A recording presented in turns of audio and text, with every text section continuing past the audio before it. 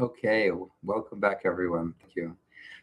Okay, so today we're going to talk about the third Mishnah in chapter 5, Pirkei Avos.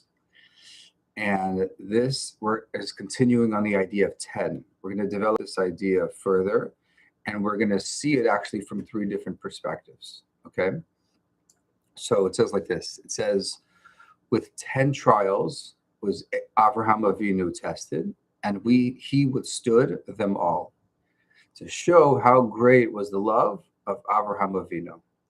Okay, so here's a surprise in all this, in the famous Mishnah. See, it tells us that there were 10 tests, right? But it never tells us what they were. The Torah doesn't number them either. So which 10? How do we know which 10? That question basically turns out to be one of the greatest conversations in Jewish thought, because how you count the tests reveals what you believe a test is. Okay, so in the first video of the series, okay, I read the Mishnah itself and I'm going to introduce the three classic answers and the three different lists from three very different sources spanning 1,000 years. Okay, so the first commentary on the 10 tests comes from Avos, the Rabbi Nassan. Rabbi Nassan, which is the oldest list, was a contemporary of Reb Meir and a colleague of Rabbi Yehuda Nasi, the codifier of the Mishnah. And it says about Rabbi Nassan that he was an Av Beis Din, meaning he was the head of the court. His father was an exilarch, meaning a very, very wealthy individual, a very powerful, very influential family, and comes from the lineage of King David directly. So Rabbi Nassan, being a judge, and not only a judge, but the head of the court, the way he understands this Mishnah is fascinating. He describes this Mishnah not chronologically. Instead, he presents these 10 tests via a floor plan, essentially. And he goes deeper into these 7 areas of life that we'll go into. So he explains it like this. So he goes to the 2 tests of Lechacha, 2 tests of his sons, 2 with the wives, the kings, the covenants, the furnace, and the body. Basically, it covers every aspect of life. Every room of life gets inspected via Rabbi Nassan, which makes sense, being the Av Beis Din, he comes from a very broad perspective. Okay, yet concise.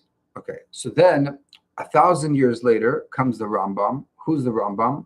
Maimonides, as many of you probably have heard, hospital in New York. And there's Maimonides is a very well-known Jewish codifier and rationalist from Egypt. He was actually a court physician to the Sultan, and true to his method, he counts only the tests written explicitly in the Torah verses, and which is why he doesn't include the fiery furnace of Ur Kasdim, because that's a medrash, and that's something that actually Rabbeinu Yonah discusses, who's the other commentary. Now, one thing about the Rambam is that the Rambam had to run away from Spain, then to Morocco, to Israel, and eventually to Egypt. Rambam is known as one of the greatest rabbis of his generation from a halakhic perspective, Jewish law, and philosophical perspective. He actually, 1,000 years later, after his writings, created basically a civil war amongst the Jewish people. So the Rambam, in my mind, is like the Chabad Lubavitch mindset, the Alter Rebbe style, which totally creates a whole different angle, extremely rational, extremely practical, and most importantly, extremely influential. Then we have Rabbi Yonah of Gerona. Now, fascinatingly enough, okay, Rabbi Yonah was completely different than the Rambam. Rabbi Yonah was born 4 years before the Rambam passed away. And Rabbi Yonah famously authored a book called Shara Tshuva, which is largely because he vehemently disagreed with the Rambam, and as a result of that, the Rambam's writings were publicly burned in Paris, and he saw that happen. And ultimately, he saw the Talmud burn as a result, as a measure for measure, and he realized he had to do tshuva, and he wrote one of the most famous books, Shar Tshuva, on how to do tshuva, and he would actually spend the rest of his life going around Spain, encouraging others to do tshuva. He was on his way to Israel. He wanted to go to Israel, and he actually was detained by a town in Toledo. They was one of the greatest Jewish centers, and they asked him to be the rabbi, and he eventually agreed. And he wrote many, many responsa and much publications come from him.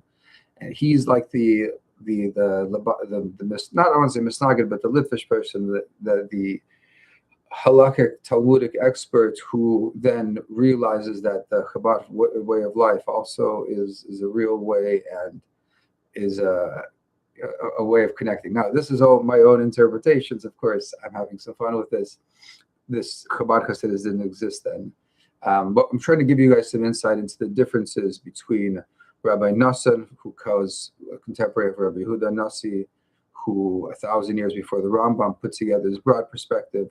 The Rambam, who looks at the 10 tests of life, these 10 tests we all go through, and he comes from a rational perspective.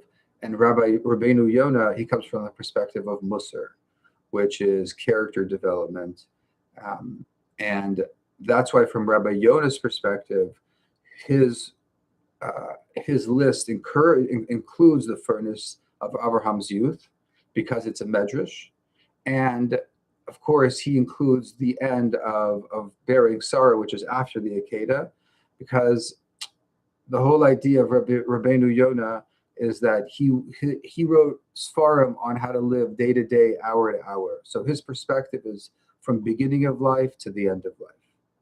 So same Mishnah, 3 lists. We're going to go into all of these. Stick around, and we're going to have a lot of fun. Thank you.